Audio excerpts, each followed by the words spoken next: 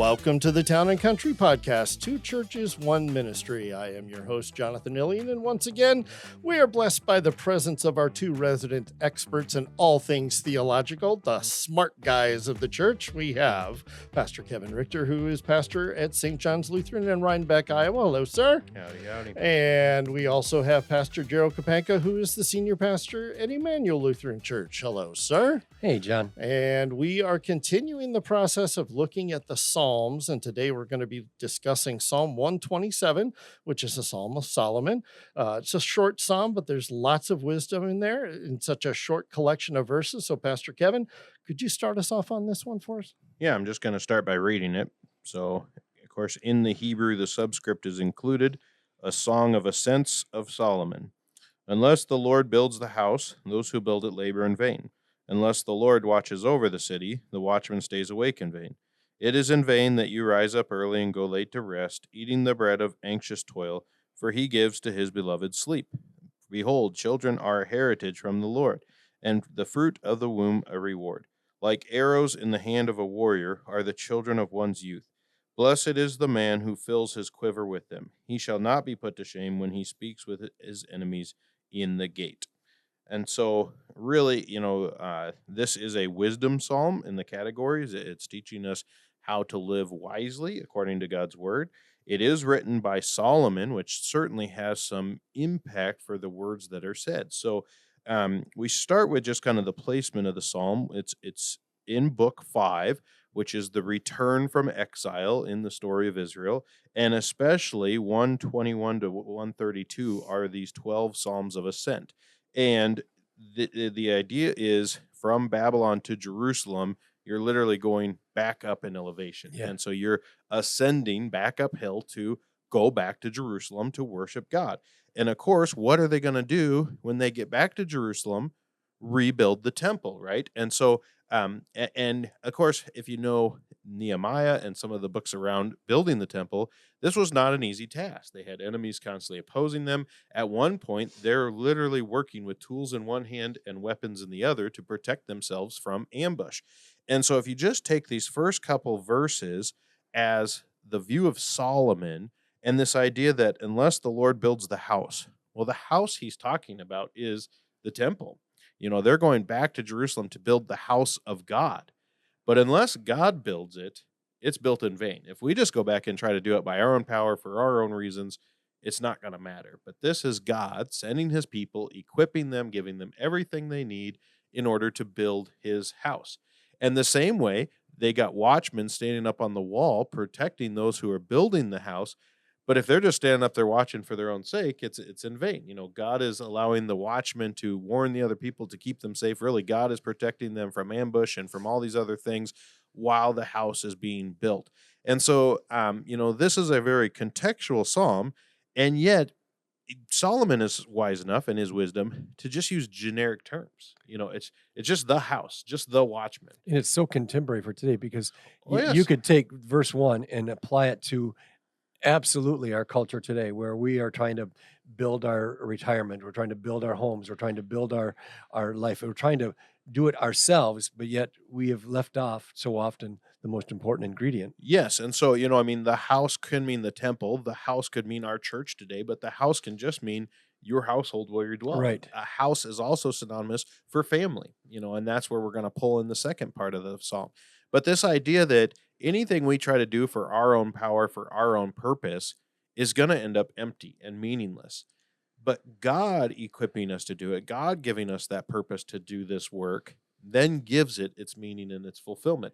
And so really, this is a psalm about how do we go about living our daily life, doing the good works God has prepared for us to do in a way that is honorable and faithful to him, but still diligent and faithful in what we have been called to do. And I think in verse 2 is where he says, this is what happens when you don't do it, as it begins off, it is in vain with you rise up early, you go to rest, if you're anxious on all you're going to do. So if you're not doing it with the idea that this is God who's building it, this is what your life is going to look like. Yeah, if it was truly on my shoulders to shepherd a church and raise a family, I would never sleep. I would stay up late. I'd get up early. I'd be anxious all the time because I would always have to make sure I'm doing good enough. You're And describing the first 20 years of my ministry. yeah, and how many of us chasing after the American dream of making it big in capitalism very rarely sleep. You pour your life away at work. You try to spend every moment you're not at work with your family, trying to be enough for them. And it's anxious. It's exhausting. It's But draining. isn't that what's expected? I mean, we honor those people who say, well, I only got 4 hours sleep last night because I was working on this project or that event or this thing. I mean, we lift that up as somehow a virtue when Ye- we do that in ye- our culture. Oh, yes. Not only do we do it in the working world amongst each other, we have passed it on to our children Yeah. because busyness is success. The Well- more activities I throw them in, the more things I put, if they're in a travel team and a rec team and this school team, well, now they're set up to be successful the rest of their Yeah. life because look at all the things they're doing. And you're teaching your children it's not okay to ever relax. You got to go, go, go. You got to work for what you want. You got to do this. And never once do we teach them, God has given you this, God is working in this, or teaching them that it's okay to not do all those things because God's got other meaning for your Good thing life. us clergy don't have that problem. Right, right. Yeah, we never overwork, And take never pride in how many hours we spend on a project. or anxious about all the things we have Yeah. to fix. Yeah, And so, yeah, this is just human nature. And it's a constant wrestle that every single person wrestles with. How do I do the work God has given me to do? Because that's important too. We can't just sit like bumps on a log and say, oh, God's going to do it all for me. Like, no, he has called you into these vocations. He has given you this work to do. It's good work. It's holy work. Get to it. But at the same time, I do it because it's God's work and he's the one doing it through me. And he's the one that will make it not in vain, but truly build the house through my hands. He's the one that will keep me safe, even as I'm alert and aware of what's going on around me. And because it's God's work, it's not dependent upon me. If I don't get it done, if I am not skilled enough to complete it or to do it the way it is, it doesn't diminish the project that God has designed and built. No, in fact, it's the exact opposite. When God lets us fail, it's equipping us for the future. Yeah. He's working through our failures just as much as our successes, because in those struggles, in those times when we come up short, he's teaching us to depend on him, but also giving us life skills for the next time this happens. We see this out in the wilderness. God's leading the Israelites and they're grumbling about water. And then they turn the next corner after he breaks open the water in the rock. And what's there is this giant oasis of water with 72 palm trees. It's like, if you'd have just waited one more day, I had all this water here for you, And the next time they're thirsty, do they remember that? Nope. Should they? Yes. And so it's like, okay, God, you're going to provide for me, but you're also trying to teach me, trust me, follow me, let me do the work, And so this wisdom is to do the work God has given you, but trust it's God doing it, and it's for his purpose and his value, and he's the one equipping you to do it. And that way, whether you succeed, you give him the glory. If you fail, you still give him the glory because he's teaching you, he's growing you, he's shaping and transforming you. And when you do that, just to wrap up that final, the last line of verse 2 is when we're able to kind of acknowledge our place in this whole process. It is the Lord who gives his beloved sleep. Right. When you rest in the Lord, knowing that it's his work, that I've done what I can today, that whether success or failure, it is the Lord's work, I can sleep at peace. I think it was Luther who said, like, the life of the Christian is you do your best, the very best you can do, honoring God and living with him all day long. At the end of the day, you look back and you admit all the places you fell short, and you confess all your sins where you were not good enough. You know you're forgiven, and you go to sleep at peace, and you wake up the next day and you do it again. Yeah. And you do this for the rest of your life until you die. And on one hand, that seems like such an endless, monotonous cycle. On the other hand, what a beautiful blessing it is to have the freedom to do the best of your ability and to do the work God has given you to do. But at the end of the day, not have the stress of, was it enough? Was this good? Was there meaning to it? Because God's automatically giving it that meaning and value. And so, we can just go to sleep at peace. I mean, go read Psalm 4. At the end of that, I will both lie down and sleep in peace, David said, even after he's just complained about everything going wrong, and the reason is because God's in control. He's got this. And so then when you jump to the next part, this switch from what you're doing, your work, you're anxious, your toil, your lack of sleep, all of a sudden you switch to children. And for some people, especially in our modern context, it probably feels disjointed. Like, you're talking about my work and now you're talking about my children. And trust me, I have quoted this psalm back to God when my children are up all night and will not let me sleep. And I say, okay, God, you give your beloved sleep, and children are a blessing, but it's these blessings that are keeping me from sleeping right now, What a great reality. And, but the idea is back to that first verse, building the house. Yeah. And the house, whether it's the temple, the house could also be the nation, or the house could be your individual family unit. But any of them only grow and keep going because of the next generation, right? We build the temple to worship God, but also to raise our children worshiping God in that, temple to come. We build a nation, but you don't have a nation if you don't have the next generation. You build a house, but your house doesn't last if you don't have children. And so it's very clear that me building this house and watching over it, protecting it, the whole purpose of that is to give it to the next generation. And he uses that in the words, are a heritage from the Lord. Right. Yeah. And also we can tie this back to the fourth commandment. It's the only commandment that has the blessing. Yeah. If you honor father and mother, it will go well with you in the land for a long time. This is how you're going to continue to prosper and stick around for generations to come, is by building a house where the parents raise the children and teach them the faith. And so, yes, children are a heritage, the fruit of the reward, a fruit of the womb, a reward. And this idea of like arrows in a warrior's hand, like, what do you do with arrows? You shoot them out, right? Yeah. With a purpose. You don't just shoot blindly. You don't just throw them out there. You haven't seen me shoot. Yeah. You shoot with a purpose, And what do you do with your children? You raise them and prepare them to send them out with purpose. Why? So that they can go about the work they're meant to do, knowing it's God's who working through them. It goes right back to verses 1 and 2. You are doing this in order to raise your children so that they go out. Also, this idea that children are a reward, sure, but they're a ton of work. The gift God gives us comes with so much responsibility of raising them, feeding them, keeping them alive, teaching them. And then someday when they're full-blown working adults and all these things, they're going to take care of us, and they're going to be a reward and inheritance back to us because we have raised them in that way. And so they are a arrow for a later day. We're going to send them out knowing they will bring back reward for us. And that's not why you have children, because I get something out of it someday, but it is this natural, I take care of them, they take care of me type of style. We see a lot of that, especially in the last few years, as the baby boomers are getting older and are now no longer able to take care of themselves like they used to. Their children are going to have to take that role of being almost the parent to their parents. Yes. And there's a lot of pushback to that. I mean, Yes. there's a lot of people saying, I didn't plan on spending my savings on taking care of mom and dad, or what a burden it is to, it's much easier just to put them in a care facility or let somebody else do that.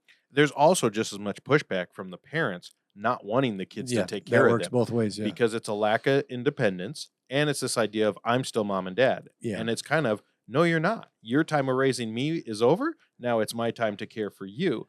And that has to be associated both ways, that I'm willing to take on that burden. You did the burden of raising me. Now I'm willing to take on the burden of caring and loving for you. But also, you raised me to be able to be the adult who now can make decisions and care for you. And it's a love and mutual respect. And we have to build that house together in a way that this works that way. So it begins at the beginning, not at the end. Right. Yeah, you can't raise your children, as a completely independent, you do absolutely nothing for me your entire life, and then say, well, they don't do anything for me. No, that's the point. You include them in everything you do from early on, so that when you need them, you can include them in that too.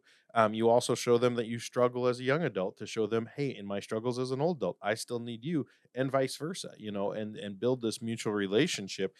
But it's then when you get to verse 5, this also, you can take back to the original command, be fruitful and multiply. The idea is to have children and have lots of them,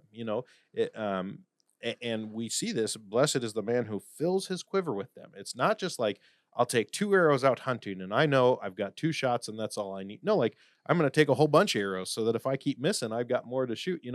So if 3 of my kids don't behave, as long as I got 3 more that are going to take care of me. So the odds are in my favor. I'm in big trouble. I only have 2. So. But it's this idea that if we want to build the house for the generations to come, we want to populate and be fruitful. Now, does that mean it's a sin to only have 2 kids? That's where I was going to go with No, that. of course not. Like, this is not an idea that more kids is more faithful. The idea is we don't want to have 1 kid and stop and say, okay, I got my kid, God, I don't want any more. And the rationale behind that is because they cost too much. They take too much time. I want to spend more money on me and myself. Yes. And if I only have one kid, I can save up enough money to take care of myself. I don't need my kids to take care of me. Like you're disrupting the entire order God has designed for the family.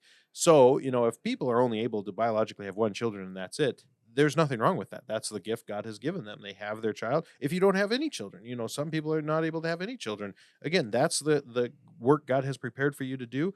In other ways, you impact other family members, you impact other people in your community, you build relationships with other people who can take care of you and help you. You have a church family full of people. So this is not the idea that like you have to have a bunch of kids to be faithful. This is the idea that God did give us the command to be fruitful and multiply, to have children, to raise that next generation, to raise them in the faith. And that is part of the work he has given us to do. And if you want to build that house according to God's way, not according to your way, you're just faithful to him. You let him lead that, whatever that looks like, whether that's 0 children or 10 children, you let God lead the work you're doing. Yeah, there's a movement that has come along since I've been a pastor. When we were in seminary, there wasn't a lot of discussion about how many children should a pastor and his wife have. It just wasn't even a consideration. I hear a lot of the young pastors coming out or the seminarians talking about the fact that having a large family is really what's expected and what's almost an obligation, that you got to start having children the moment you're married, and you don't stop until you're physically not able to do it anymore. Yeah, and I mean, we can turn children into an idol, and the idea that this is our best church growth model of just have more kids is grossly sinful, because yes, God promised Abraham more offspring than the sand on the shores, but from the very beginning he also promised the Gentiles will be brought into that, right? You'll be a blessing to all nations. And so just because we're not having biological children does not mean we're not a blessing to those around us, that we can't grow the church without having children. But the idea is, if you have the gift and the means and the ability to have more children, and you just stop and say, no, that's not our plan, okay, again, I'm not even going to say that's sinful. I'm just going to ask you to reflect on that. Why is it? Why are you intentionally stopping that? And you need to consider that. Is that Are you denying yourself the opportunity for the blessings that come through more children? So Yes. it's really, you're limiting your own ability to receive from God. And is this your own anxious toil of, I won't be able to afford college for all of them. I won't be able to go on the vacations I want to go to. I won't be able to have this car I want because I'll need a minivan with 4 car seats instead of an SUV with 2. Like what is it that's preventing you from doing that? And having that conversation, is it faithful to God that, okay, my wife's health is in danger and I'm not going to have more children for that. That's an honorable thing versus exactly. I don't want to pay for college for 4 kids, so I'm only going to have 2. That may not be so. We're not going to guilt, the couple who have some fertility issues, or the couple, the woman who says, I can't have any more biologically or because of health issues. That's not what this is talking about, and somehow making you feel bad because of it. Absolutely not. And even to those couples that want children so bad and cannot have them, that's a place where there's a lot of hurt and resentment already, and it's a place to see God as a not fair God, not a giving God, But really, you have to ask, what is the house he's asking you to build? If this is off the table and he has made that clear that that's not available, how do you still build your house with other people? And one of the ways is the church family. Jesus tells his disciples, everything you gave up for me, you will get back tenfold. And yes, part of that is talking about the new heaven and new earth, but I think part of that's talking about this life. When you come to church, you're part of a family that has dozens and dozens of children. You're part of other families' lives. You're part of these people's lives. And maybe God is asking you to build that house in that way rather than this way. And so how do I not anxious and toil over this, that if I don't have children, I'm less of a mom or a woman, I'm less of a man. No, that's not anxious toil we should stay up and lose sleep over either. Right. God is building my house through me, and if he's removed that option, I will be faithful and serve him and build my house in what other opportunities he gives me. There's no guilt or shame in that. Just as much as the family that has 10 kids and it seems like their life is complete and utter chaos, I'm not going to shame or judge them either, because this is the life God has given them. They're raising those children. And so yes, this is just simply saying God has given us a command to have the next generation. If that's part of your house that he has given you to build, great, do it.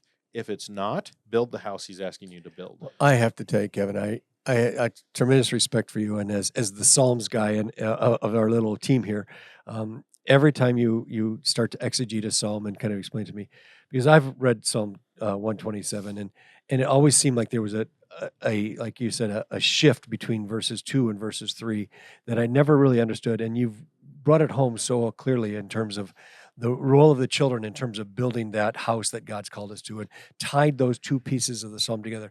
That makes sense to me, and I want to say thank you for that. Yeah. So ultimately, the wisdom of this psalm is do the work God has given you to do. And whatever that what work looks like, whether that's a vocation of a husband or wife, or if you're not married the rest of your life, you have other vocations. If that's a vocation of mother or father, or you don't have children, there's other vocations. What ways is God asking you to build your house, watch over and protect what he's building in your life that is faithful to him, not on your shoulders, and yet you're actively participating in the work he has given you to do. And that's how you sleep and go to sleep at peace at night.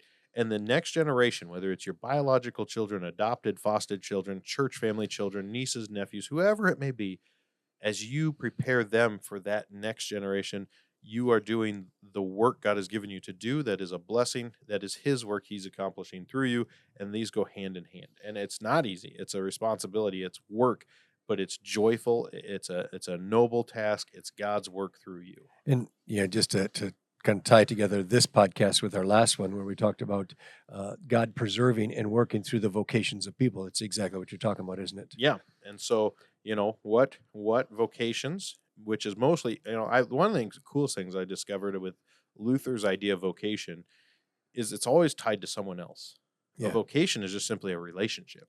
What relationships has God given you? And that's how he works his preservation power through that vocation, that Right. relationship. Yeah. And it also just shows the community aspect. God never wanted us to be hermits, to live in a cabin out in the woods all by ourselves. As much as I dream about that someday. Just say, that's your dream. But it's not true. I would not be doing the work God has given me to do if I just went and lived in a monastery and only cared about myself, or went out in a cabin in the woods and talked to nobody ever again, because we are meant to be in community. We are meant to be in relationship. These are the vocations where he is asking us to do his work that is both good for us and good for them. And he is the one doing that work through us. He's prepared those good works for us. We simply get to do them to the best of our ability, know when we fail we're forgiven, go to sleep in peace, and watch the next generation try to do the same. So now you understand, folks, why I say that we have two resident experts on all things theological. There they are. So thank you very much for bringing this very short psalm back into focus. I think that people have really got some good information there. So thank you very much, both of you, for your time today. And thank you all for joining us for the Town and Country Podcast, Two Churches, One Ministry.